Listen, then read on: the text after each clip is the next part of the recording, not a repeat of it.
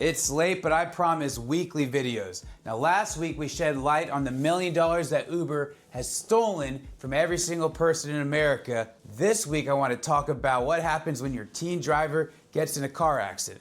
First things first, let's get them to the doctor. Let's better safe than sorry. Tell your teen to call 911 and let them know they should ride in the ambulance and you'll meet them at the hospital. But they've still got adrenaline running through them. They may not even realize they're hurt till the next morning or the morning after that, really up to a couple weeks. And even further for any TBI issues. You see, your teen could be affected by a traumatic brain injury. Well, their brain is just floating around in their skull. And so that quick back and forth whiplash causes the brain to hit the inner walls of the skull, and that can cause serious damage. The other thing is, the more distance you have between the car accident and when your teen goes to the doctor, the more that the insurance company can try and have a little wiggle room to weasel their way out of paying and protecting your teen. So we want to get them to the doctor no matter whose fault it is initially, get them to the doctor right away. But what if it is your teen's fault? Can you get sued? Well, the answer is yes, in a couple ways, both indirectly and directly. So if your teen is a minor, in most states, including Georgia, that means under 18, your 16 or 17-year-old child cannot be sued in the traditional manner.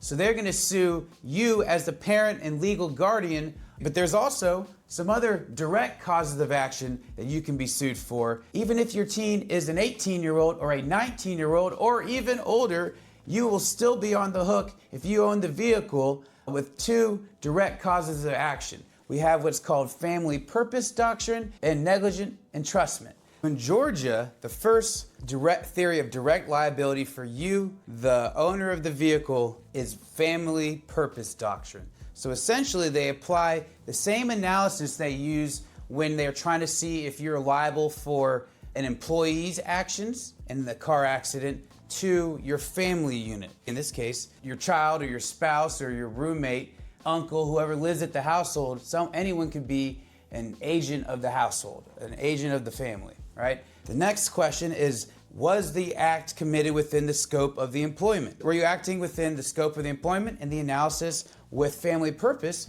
all right, the scope of the family, right? Are you making a grocery run? That'd be a very easy family purpose. What if the kid's going off, sneaking out to a friend's house? Maybe that's a tougher one.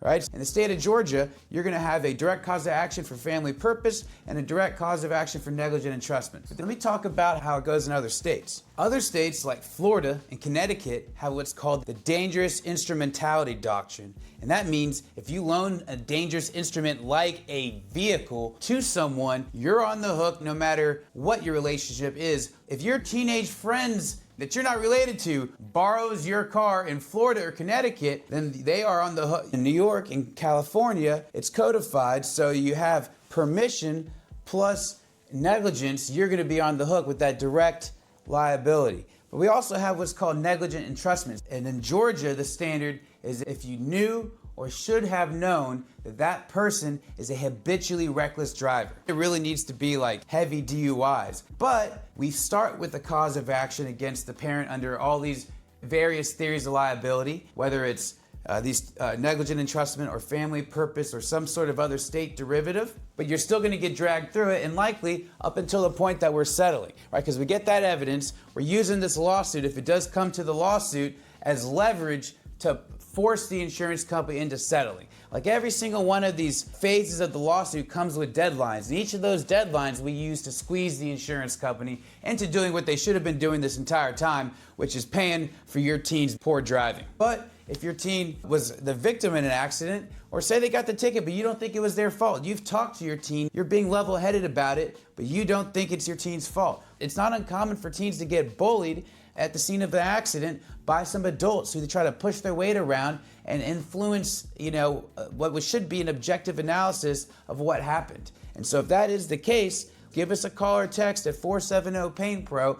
Send us the accident report number. We can start looking into it. What we like to do anytime there's what's called disputed liability, where they're saying it's our fault, but we really believe it's someone else's fault, we order the body cam footage and the dash cam footage. You're gonna get some contemporaneous accounts of where everyone was, what your teen said, what the other driver said, what the cops said to each other. Maybe we see some bias, or maybe they asked the witness, but then they discounted what the witness's statement was. So bottom line, if your teen driver was in a car accident and they are at fault, Any scrupulous attorney is going to include you in the lawsuit personally. Even if you're eventually dropped as a party, you're still going to go through it. All right? And if your teen turns 18 during the course of the trial, if I'm the lawyer, I'm going to add them as an adult personally as soon as they turn 18. Happy birthday, young man or woman. All right? Either way, that doesn't mean you're going to be out because, again, we have those direct theories of liability. Be sure to tune in next week when we talk about what to do if you're in a car accident while visiting California. They've got some California rules. California, here we come.